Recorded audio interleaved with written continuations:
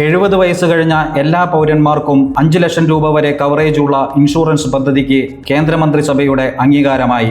ആയുഷ്മാൻ ഭാരത് പ്രധാനമന്ത്രി ജൻ ആരോഗ്യ യോജനയ്ക്ക് കീഴിൽ 6 കോടി മുതിർന്ന പൗരന്മാർക്ക് പദ്ധതിയുടെ പ്രയോജനം ലഭിക്കും. രാജ്യത്തെ 4.5 കോടി കുടുംബങ്ങളിലേക്ക് പദ്ധതിയിലൂടെ ഇൻഷുറൻസ് പരിരക്ഷയെത്തും. കുടുംബത്തിന്റെ വരുമാനമോ സാമൂഹിക സാമ്പത്തിക പശ്ചാത്തലമോ പദ്ധതിയിൽ ചേരുന്നതിന് മാനദണ്ഡമാകില്ല.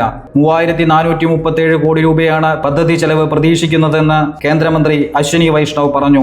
ലോകത്തെ ഏറ്റവും വലിയ പൊതു ആരോഗ്യ ഇൻഷുറൻസ് പദ്ധതിയായ പ്രധാനമന്ത്രി ജൻ ആരോഗ്യ യോജന വിപുലീകരിച്ചാണ് പുതിയ പദ്ധതി നടപ്പാക്കുന്നത്.